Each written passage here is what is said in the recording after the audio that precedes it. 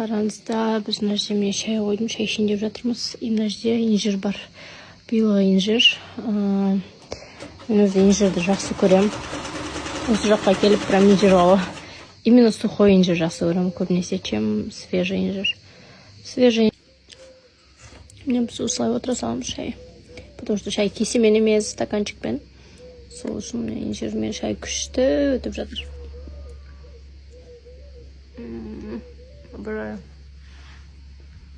өзі тәтті ғой, шаймен қант салмай.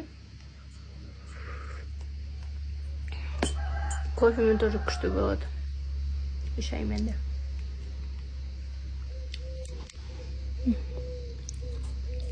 Айтпақшы, сезон инжир басталды ауылда. Сезон инжира басталды. Осы жолы чоколати барады енемен инжир жинауға.